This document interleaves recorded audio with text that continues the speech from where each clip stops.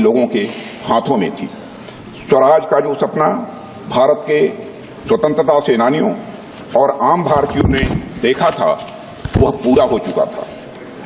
अध्यक्ष महोदय, हम भारत के लोगों ने 26 नवंबर 1949 के दिन संविधान को अपनाया था, अधिनियमित किया था और उसे राष्ट्र को समर्पित किया था।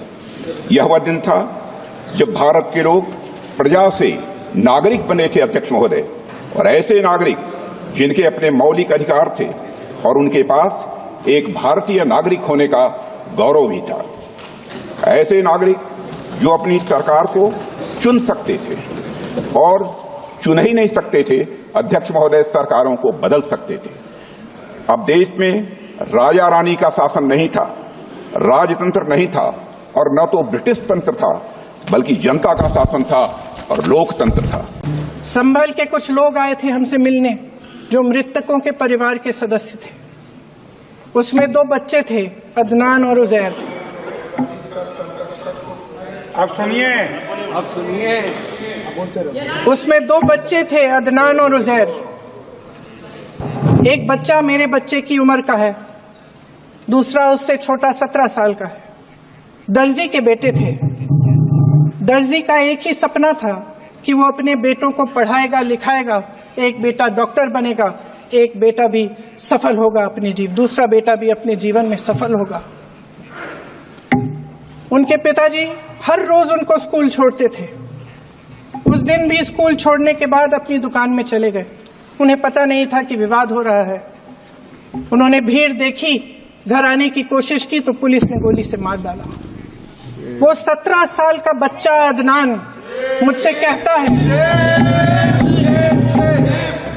वो 17 साल का बच्चा अदनान मुझसे कहता है कि मैं बड़ा होकर डॉक्टर बन के दिखाऊंगा।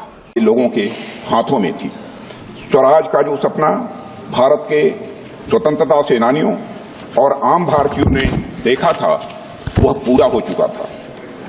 अध्यक्ष महोदय, हम भारत के लोगों ने 26 नवंबर 1949 के दिन संविधान को अपनाया था, अधिनियमित किया था और उसे राष्ट्र को समर्पित किया था।